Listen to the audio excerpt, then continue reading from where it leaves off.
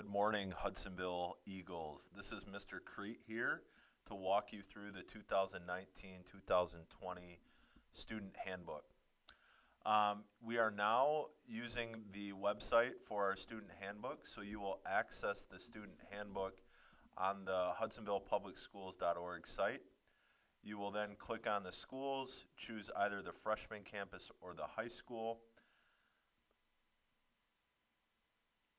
Once you choose the high school, on that page you will then find a link down on the left-hand side for the Student Handbook.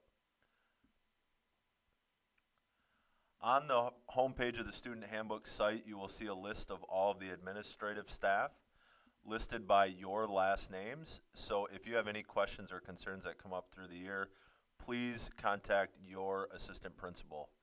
The names here are all live links to their email addresses.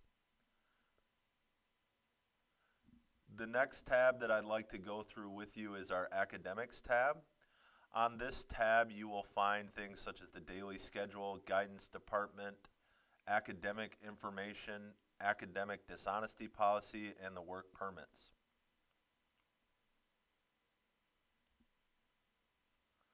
When visiting this page, daily schedules will include the normal day, the seminar days, and the early release days. On the guidance page, it's important for you to look through this so that you know who your counselor is. You will see the counselors listed here by last names, your last names, with their phone extensions, and their names are live links to their emails as well. Please reach out to these people with any questions about schedules, career advice, next steps after high school, etc.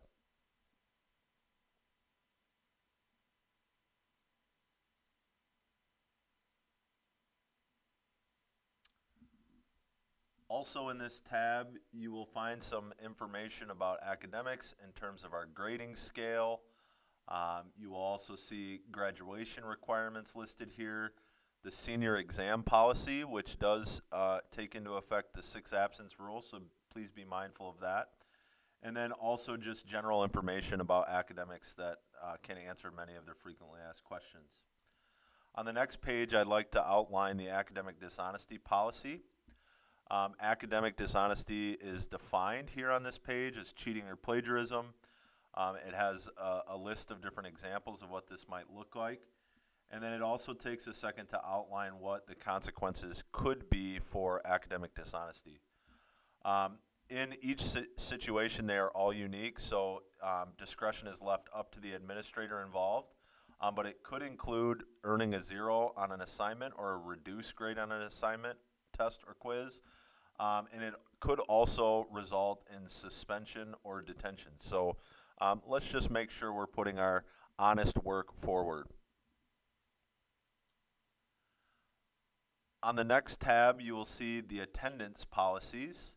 On this page, you'll get information about school closings, checking out. It is very important that you all remember that when you leave school, you must check out in an office. That could be the freshman campus or the main campus.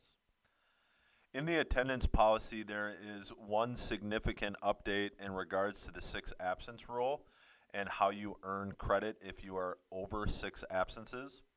So in this page, you will also see information about calling in absences. We do ask that you call in all absences within 24 hours for that to be excused. If it is not called in within 24 hours, it will be marked unexcused in PowerSchool. On this page, you'll also see listed an explanation of all of the different codes that you and your parents might see on PowerSchool. You now see on the screen the new attendance policy for 6 or more absences and how you might earn credit. The ECR listed in the chart is an E credit, so that is a grade that you would earn. You would earn an E in terms of GPA, so a 0.0 GPA, but then you would earn credit for the class, so you do not need to repeat it.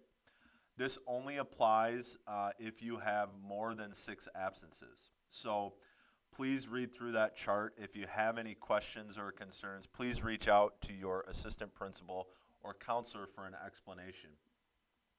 The biggest difference is that you may pass the final exam with 6 or more absences. If you score a 77% or higher and have met all test out requirements for that course listed on the testing out site on the guidance website, then you would earn an E credit for that class, meaning you get a 0.0 GPA and credit for the course.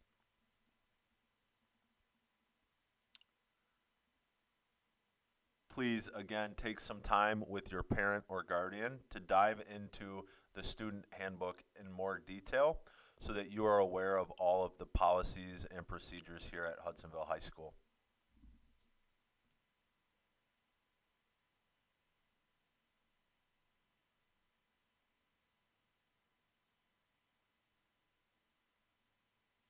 As you scroll down here on the page, you will see some of the testing out requirements. Again, an explanation of that E credit. And again, if you have questions, reach out to your assistant principal or counselor. The next tab we're going to walk through is our student conduct and discipline tab. But before that, the health and safety tab is just something I'd like you to peruse on your own time. The first link on the student conduct and discipline tab is the code of conduct. This is an important page to visit to just peruse some of the different discipline consequences and situations that may arise over the course of the school year. These are, again, just loose outlines of what those consequences could look like. In all situations, it is the administrator involved discretion on how action will be granted, and also use of restorative practices may take into account different consequences than listed here. You also will see in this an explanation of your rights and an explanation of our different consequences: detention, in-school suspension or ALC, and out-of-school suspension. The next tab is the appearance policy, otherwise known as the dress code. I am not going to dive into this in detail with you, but it is important for all of you to read and understand our expectations for your dress. We want you to dress comfortably and appropriately to create a safe learning environment for all of our students. So just keep in mind your outfits and what you're wearing, and make sure that it displays a positive image of you and who you are as a person. You will also see in this tab the technology acceptable use explanation. You have all received a paper copy of this and signed it. So in the student responsibilities, there's some other things to peruse, but the next thing I want to outline is the student activities, and especially the athletic code of conduct. There are a couple changes to the athletic code of conduct this year, so it is important if you are an athlete to read this through clearly. But the big key difference here this year that you need to be aware of is the attendance policy for athletes. You are now required to be in attendance for 3 full class periods on any given day to be eligible to participate in practice or competition for that day. There are some other scenarios that you will want to be familiar with. If you go home sick from school, you will not be eligible to practice or compete on that day. It is also up to the principal and athletic director to grant any exceptions to this policy. And if you are found to be skipping class or lunch, these also count as reasons for you to be withheld from competition or practice on that given day. So please, again, read through this athletic code of conduct. If you are an athlete, please read through the entire student handbook with your parent or guardian so that you are all aware of the new and updated policies and procedures for the 2019-2020 school year. Down below here you will see the tier explanations for discipline consequences as it relates to athletics, and just further information about our high expectations that we hold for all students and especially our student athletes. Thank you for spending some time with me this morning walking through the 2019-2020 school year student handbook. Again, it is very important that you and your parent or guardian take some time on your own to familiarize yourself with this website and the language in it. Have a great start to the 2019-2020 school year. Fire up, go Eagles!